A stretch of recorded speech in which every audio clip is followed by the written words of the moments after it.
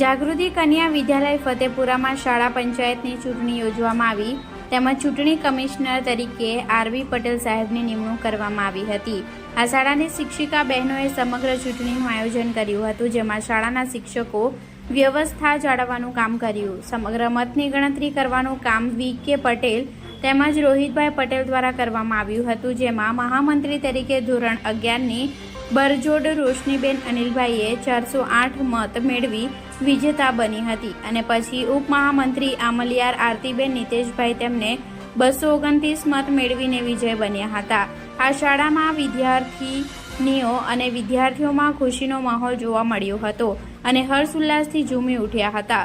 ઉત્સવની જેમ ચૂંટણીની ઉજવણી કરવામાં આવી હતી।